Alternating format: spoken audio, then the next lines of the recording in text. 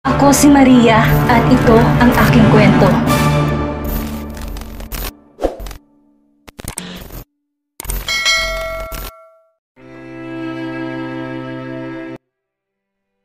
Agad na natilihan si Demi sa iniutos ni Max. Balak niya sanang makiusap. Bigyan siya ng sandali pang panahon na ipagluksa si Doña Criselda. Kaya lang agad na tumalikod si Max at bumalik sa kusina. Agad na kumirot ang dibdib ng dalaga sa muling inasal ng asawa. Ganun na lang ba ulit yon? Ganun na lang ba ulit? Malaking bahagi ng kanyang isip ang nagsasabing umalis na lang. Sundin ang nais ni Max. Subalit may isang bahagi sa kanyang puso ang ayaw bumitiw. Nais pang umunawa at magpatuloy. Kaya naman bago pa makalapit ang tauhan ni Max, ay tinakbo ni Demi ang kusina. Pilit na inabot ang braso ni Max at nakiusap. Max, please, mag-usap tayo. Kahit sandali lang. May importante akong sasabihin sa'yo. Please. Ani Demi sa garagal na tinig. Bumaba ang tingin ni Max sa kamay ni Demi na nakahawak sa kanyang braso.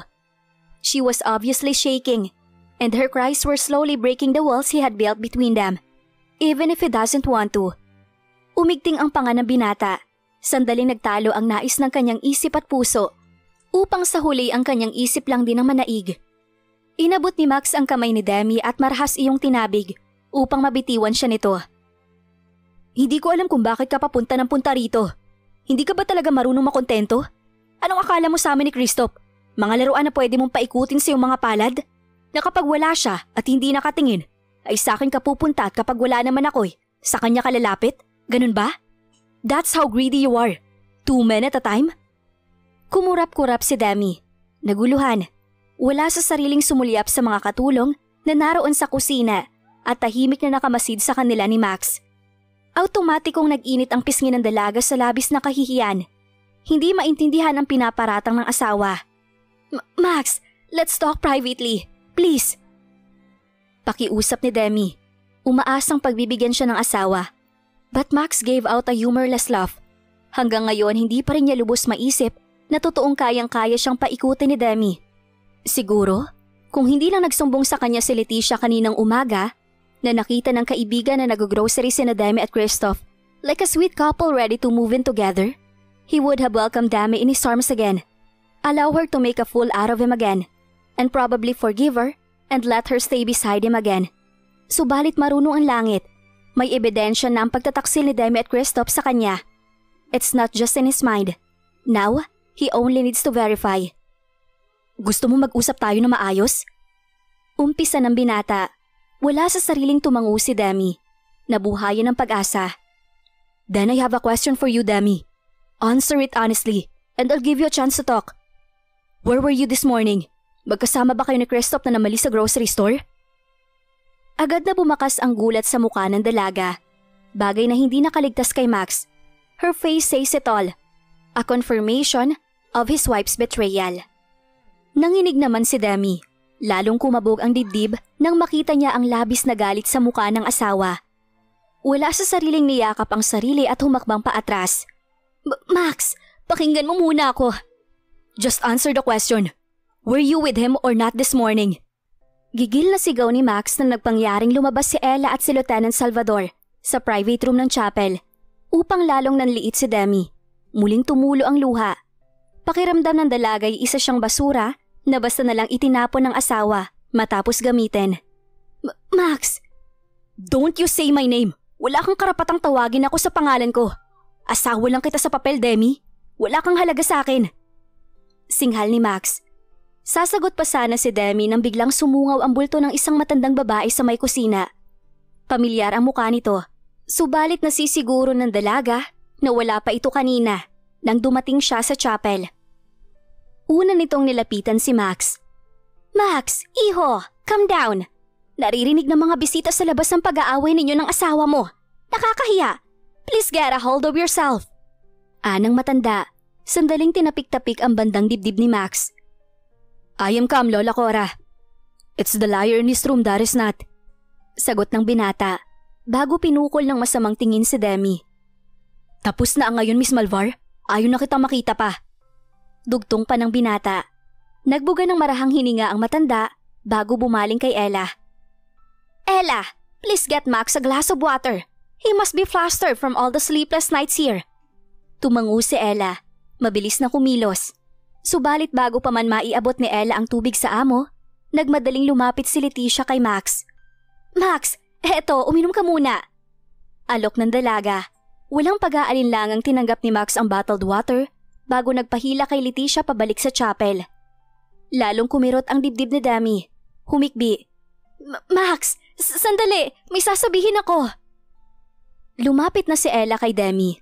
Pinigil sa paghakbang palapit sa amo ang dalaga. Miss Demi, huwag ka nang lumapit. Respetuhin na lang natin ang huling gabi ni Doña Criselda. Humagulhol na si Demi. Lalong niyakap ang sarili. Hindi niya lubos akalain na totoo nga. Hanggang doon na lang sila ni Max. Na natapos na ang kanila ngayon at wala nang karugtong pa. Maya-maya pa, lumapit si Doña Cora kay Demi. Ngayon lang niya nakita ang asawa ni Max at sa ganoon pang tagpo. Kaya naman, alam na agad ng Doña na dapat din niyang aluin ito. Iha, ayaw kitang paalisin. Subalit sa tingin ko'y mas makabubuti na sa ngayon ay sundin mo si Ella. Anang matanda, marahan pang tinapik ang balikat ng dalaga. Noon ito napansin ang pamilyar na hugis pusong pendant na suot-suot ng dalaga. Miss Demi, dito ka na sa service door dumaan. Ani Ella, bago iginiya ang asawa ng amo palabas ng silid. Subalit nakakailang hakbang pa lamang palayo ang dalaga nang muling magsalita si Cora. Iha! Sandali! Umpisa ng matanda na ikinalingon ni Demi. Yang pendant mo, yung hugis puso, sa'yo ba yan talaga? Wala sa sariling niyuko ni Demi ang kanyang kwintas bago marahang tumango. Sa tiyahin ko po. Anong pangalan ng tiyahin mo, if you don't mind me asking? Esang Del Galbaro po. Lumunok ang matanda, muling pinakatitigan si Demi. Hindi alam ni Cora, subalit may kung anong damdamin sa kanyang dibdib ang pinupuko ng dalaga. Nangunguna ang awa at habag para sa asawa ng apo ng kanyang yumaong kaibigan. Maya-maya pa. Lola, nandiyan na po ang pare. Mag-uumpisa na po ang misa. Ni Leticia sa abuela. Hinawakan sa braso ang matanda bago sumulyap sa direksyon ni Demi. Isang tipid subalit makahulugang ngiti ang iginawad ni Leticia kay Demi bago nito marahang inakay pabalik sa chapel si Cora. Si Demi naman ay tuluyan ang nagpaakay kay Ella palabas ng chapel. Pagdating sa parking lot ay sinalubong siya ng yakap ni Erica. Muling napahagulhol si Demi. Wala na. Tapos na. Mapait na sumbong ni Demi sa kaibigan. Hayaan mo na si Sir Max, Demi. Kung ayaw na niya sa'yo, huwag mo nang ipagpilitan pang sarili mo. Dito ka na lang sa akin. Kasya tayo dito sa apartment ko. Tayo ng baby mo. Ani Erica kay Demi habang patuloy na inaalo ang kaibigan na noon ay nakahiga na sa kama nito. Kanina pa sila nakauwi mula sa burol ni Doña Criselda. Subalit hindi maiwan-iwan ni Erica ang kaibigan dahil hindi na ito tumigil sa pag-iiyak. Nag-aalala ang dalaga sa kaibigan, lalo pa dahil sa maselang kalagayan nito. Demi, tama na. Baka mapano ang baby mo. Muling pakiusap ni Erica sa kaibigan. Subalit na natili itong walang imik. Tanging siguk lang isinasagot ito sa kanya. Napatayo na si Erica. Balak na niyang tawagan si Lucas dahil may pinsan itong doktor. Hindi niya pwedeng tawagan si Dr. Montano dahil tiyak na marami itong itatanong. Wala na rin siyang tiwala sa kanyang sarili na maililihim pa niya sa doktor ang sitwasyon ni Demi gayong abot langit na ang pag-aalala niya sa kaibigan. That's why her safest choice for help is Logan's cousin. Sandali lang Demi ha, may tatawagin lang ako. Ani Erica bago nagmamadaling lumabas ng silid ni Demi. Nang makalabas ng silid ay hinugot ng dalaga ang kanyang cellphone sa bulsa. Subalit bago pa man niya matawagan ng kasintahan ay tumunog ang doorbell sa kanyang unit. Nagtataka man ay dali-daling tinungo ng dalaga ang pinto at binuksan. Dr. Montano? Anong ginagawa? Hindi na naituloy ni Erica ang mga sasabihin nang makitang labis ang paghahabol ng hininga ng doktor. I came as soon as I arrived in the chapel. Nalaman kong ginawa ni Max. How's Demi? Anito sa pagitan ng paghahabol ng hininga. Sandaling nag-alinlangan si Erica, subalit sa bandang huli, napilitan ng sabihin ang lagay ni Demi.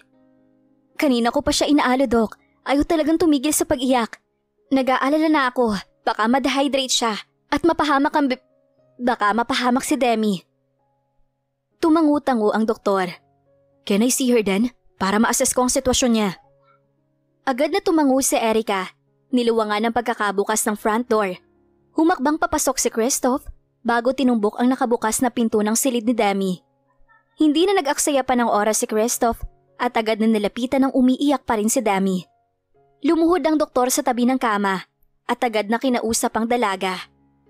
Demi, can you hear me? Anang doktor, subalit sigok lamang ang isinagot ni Demi. Sinalat ni Christoph ang noo ng dalaga bago chinek ang vital signs nito. She needs IV. Anang doktor kay Erica na noon ay nasa may pinto na. Nagmamadaling tumayo si Christoph. I'll just get some medicine. Look out for her for me. Ani Christoph before he stormed out of the apartment.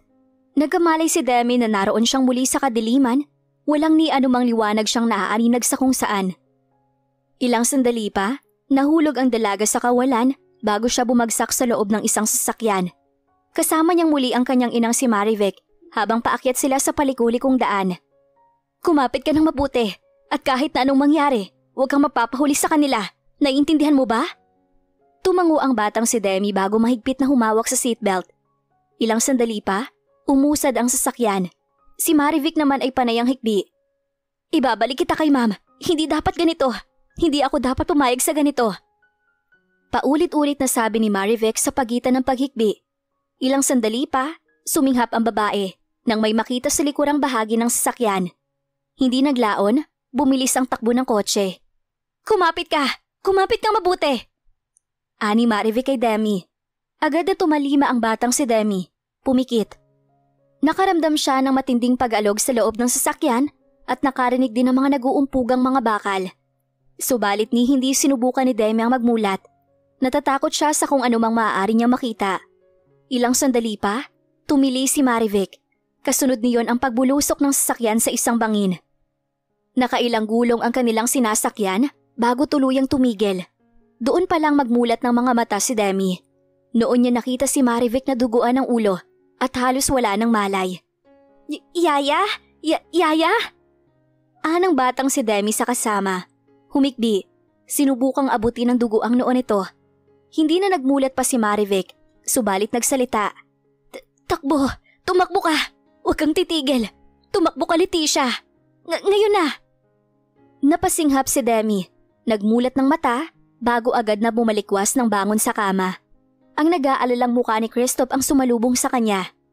Demi? Demi, are you okay? Anito, marahang niyugyog ang dalaga sa balikat. Hindi agad nagsalita si Demi. Ipinaikot ang tingin sa kinaroroonan. Wala na siya sa nahulog na sasakyan. Nasa bahay na siya ni Erica. Ligtas na siya. Subalit ayaw tumigil ang malakas na pagkabog ng kanyang dibdib. Si Christoph naman ay hindi maalis ang pag-aalala kay Demi. She's drenched in a cold sweat and shaking. Halos isang oras pa lamang nang tumigil si Demi sa pag-iyak matapos niyang bigyan ng kaunting pampatulog ang IV drip nito. Mabuti at hindi siya agad umuwi. Maya-maya pa, sinapo ni Christoph ang pisngi ni Demi. Sumisigaw ka. Was it a bad dream? Masuyong tanong ng binata. Muling humikbi si Demi. Tumango bago tuluyang humagulhol. Naguguluhan siya. Hindi niya alam kung bakit Yaya ang itinawag niya kay Marivic. Hindi ba ito ang kanyang ina? At lalong ang kanyang ipinagtataka ay bakit Leticia ang tawag ni Marivic sa kanya at hindi ang kanyang pangalan. It doesn't make sense. Was it just a dream? Or was she dreaming someone else's memory? Subalit bakit? Hindi niya lubos maisip kung bakit. Naguguluhan, nasapo ng dalaga ang kanyang ulo. Hindi niya maintindihan. Wala siyang maintindihan sa lahat. Maya-maya pa, biglang pumintig sa sakit ang ulo ni Demi. Wala sa sariling napasabunot doon ang dalaga. Bahagyang dumaing. Demi, anong... Masakit ang ulo ko. Mangiyak-ngiyak na sabi ni Demi. Okay, I'll bring you to the hospital. Napasigaw na si Demi nang lalong tumindi ang pananakit ng kanyang ulo. Lumipad pa bukas ang pinto ng silid ni Demi at iniluwa ang naguguluhang si Erica. Dok, anong nangyayari? She's having a severe headache. Kailangan siyang matingnan sa ospital. ASAP. Pahayag ng doktor bago initsa ang susi ng kanyang sasakyan kay Erica. Drive my car. Ako ang bubuhat kay Demi. Anang doktor bago nagmamadaling inalis ang IV line na ikinabit niya kanina. Nang matanggal iyon ng binata ay hindi agad niyang pinangku si Demi at inilabas ng apartment. Makalipas ang 10 minuto, narating nila ang ospital. Agad silang sinlubong ng staff ng ospital at si Christoph mismo ang nagdeposito kay Demi sa gurney. Ang binata rin ang nagsabi sa mga sumalubong na doktor at nurse kung anong lagay ni Demi. Susunod na sana si Christoph sa mga kasamahan sa ER upang gamutin si Demi nang biglang hagipin ni Erica ang braso ng doktor. Doc, may dapat kang malaman. Buntis siya. Buntis si Demi. Tahimik na pinagmamasdan ni Christoph si Demi habang nakahiga ito sa hospital bed. Nakatulog na ito matapos nilang bigyan ng pampatulog. Sa tabi nito ay si Erica na panayang hikbi habang hawak ang kamay ng kaibigan. Napabuga ng hininga si Christoph. In his years of career as a doctor, hindi pa siya nataranta ng ganoon. Subalit kanina, hindi magawang kumalma ng doktor. Hearing Dami's screams of pain was stirring something in him, making him lose his focus. Idagdag pa na abot langit ang kaba niya dahil Demi is pregnant with Max's child. And yet, naisuklay na ng doktor ang kamay sa kanyang buhok. It seemed like that everything that could go wrong went wrong for Max. And he's not really sure how he must feel about it. Maya-maya pa, lumapit si Dr. Jackson Montesoro kay Christoph. Ito ang neurologist na tumingin kay Demi. Christoph, I already ordered an MRI. The staff will take her in a few minutes. Just get her a room. I need to observe her for a few days. Marahang tumango si Christoph. Have you paged OB? Tumango si Dr. Montesoro. They will check her later after the MRI. Tamang-tama, paglabas ng lab results niya, may consolidated medical report na. Thanks Drex, I owe you. Ani Christoph. Ngumiti si Drex, magaang tinapik ang balikat ng kaibigan. No biggie man. Hindi naglaon, dumating na ang hospital staff na magdadala kay Demi sa MRI room. Si Erica ang sumama kay Demi habang si Christoph naman ang umasikaso ng silid ng dalaga. Pagkalipas ng 1 oras, matapos ang MRI at iba pang test, nakalipat na sa private room na kinuha ni Christoph si Demi. Hindi nagtagal, muling nagkamalay ang dalaga. Unang sumalubong kay Demi ang puting kisame, amoy ng antiseptic at ang swero na nakakabit sa kanyang isang kamay. Agad na sinalakay ng kalituhan ang isip ng dalaga. Marahang ipinagala ng tingin sa silid ng kanyang kinaroroonan. Noon niya nakita si Erica. Pikit ang mga mata nito habang nakasandal sa sofa. Erica? Tawag ni Demi sa kaibigan. Automatikong nagmulat ng mata si Erica at nang makitang gising na ang kaibigan, ay dali-dali niya itong nilapitan. Kumusta ang pakiramdam mo? Diyos ko Demi, tinakot mo ako. Anang dalaga, hindi pa rin maialis ang pag-aalala sa tinig. Umupo na sa gilid ng kama at marahang ginagap ang kamay ng kaibigan. Bakit ako nandito? Anong nangyari? Ani Demi sa paus na tinig. Wala kang maalala? Nanaginip ka raw sabi ni Doc Christoph, tapos sumakit ang ulo mo. It was so bad, you were screaming. Kumurap si Demi, sandaling pumikit bago muli ring nagmulat ng mata. Tama, nanaginip siya. It was the same recurring dream she was having for months now. Muling humugot ng malalim na hininga si Demi.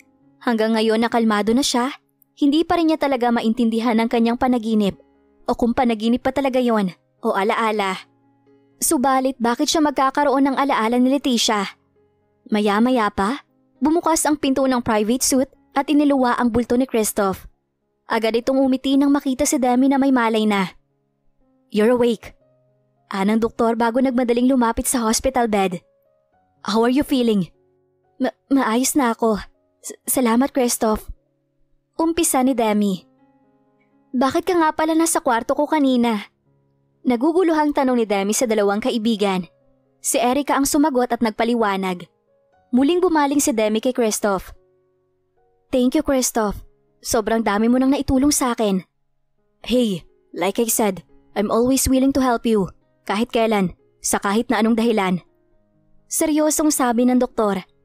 Siya nga pala, nakita ko ng results ng blood test mo. Everything's normal. As for your baby, it's perfectly healthy, Demi. Sandaling bumakas ang kalituhan sa mukha ng dalaga. It's okay. Your secret, safe with me.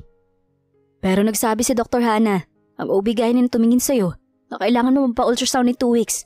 Time para ma-check na maigi ang kalagayan ng baby mo. Wala sa sariling napahawak si Demi sa impis pa niyang tiyan. Hindi pa niya alam kung anong nangyayari sa kanya.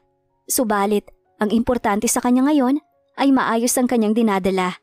Hindi man sila maayos ni Max ngayon, ay hindi rin siya sigurado kung maaayos pa sila. Pero hindi niya mapapatawad ang kanyang sarili kung sakaling may nangyari sa baby niya. Tumangu-tango ang dalaga pagkatapos. Nangilid ang luha. Para na siguro akong sirang plaka, pero hindi ako magsasawang magpasalamat sa iyo, Christoph. You did so much for me today. Hindi lang para sa akin, kundi para sa anak ko. Hindi ko alam kung paano ko masusuklian ang kabutihan mo sa akin, sa amin ng anak ko. Tipid nang umiti si Christoph. Trabaho ko to, Demi. I made an oath to heal the sick. Formal na sagot ng doktor. Gusto pa sana niyang idugtong na dahil mahalaga ito sa kanya, ay kaya niyang gawin ang lahat para dito, nang walang hinihinging kapalit. That he'd be willing to love her and her unborn child if she just let him. Subalit, tumunog ang cellphone ni Christoph. Nang tingnan niya, naka-flash sa screen ang pangalan ni Doña Cora. He quickly dismissed the call bago nagpaalam kina Erica at Demi. I need to go somewhere, pero babalik ako. Nagmamadaling paalam ng binata bago umalis ng hospital room. Pagkalabas ni Christoph ng ospital, muli niyang tinawagan si Cora. Lola, papunta na po ako. Ani Christoph, kanina pa palakad-lakad si Cora sa sala ng kanyang bahay habang hinihintay ang pagdating ni Christoph. Kanina, kinausap niya ang doktor na katagpuin siya ngayong gabi upang gawin ang isang mahalagang bagay. Ang kuna ng dugo si Leticia habang natutulog ito. She wanted it to be done as discreetly as possible, kaya naman si Christoph ang pinakausapan ng matanda. Naipaliwanag na niya ang kanyang pagdududa kay Leticia at naiintindihan iyon ng binata. Hindi pa niya nasasabi ang kanyang paghihinala kay Max because the boy was a total emotional wreck. She knew how heartbroken he was when Leticia was kidnapped. Ayaw niyang guluhin pa ang isip nito tungkol sa kanyang mga hinala. Max needs to grieve and there are other things he needs to deal with. Kaya naman si Christoph ang tanging kasama niya sa pagtuklas sa katotohanan tungkol sa katauhan ng Leticia na kasama niya ngayon. Maya-maya pa, tumunog ang doorbell. Nagbadaling binuksan ng matanda ang pinto. Nakita niya si Christoph doon. Iho, ginabi ka na. Ani Cora, ngumiti. May emergency lang po, Lola. Sagot ng binata bago pumasok ng bahay. Ilang sandali pa, naglabas ito ng syringe at vial mula sa bag nito. Tulog na po ba siya? Oo, kanina pa. I doubled the dosage of the medicine like you told me. Ani Cora, ang tinutukoy ay ang pampatulog na ang binata mismo ang nagbigay. Tumango si Christoph. Tinungo ang silid ni Leticia. Makalipas ang ilang minuto, puno na ng dugo ang hawak na vial ng doktor. I will have this tested in the lab, Lola. Ipapriority ko. Anang binata, dumiretso na sa pinto. Salamat, iho. Ani Cora, pinagmasdan ang papalayong bulto ni Christoph. Umaasang sa lalong madaling panahon, may kasagutan siyang makukuha mula rito. Ano kaya ang malalaman ni Christoph at Doña Cora sa resulta ng lab kay Leticia? Dito na ba mabubulgar ang lihim nitong itinatago? At bakit kaya napasok si Leticia sa panaginip ni Demi? Hindi kaya si Demi ang nawawalang Leticia? Yan ang ating aalamin sa susunod nating kabanata.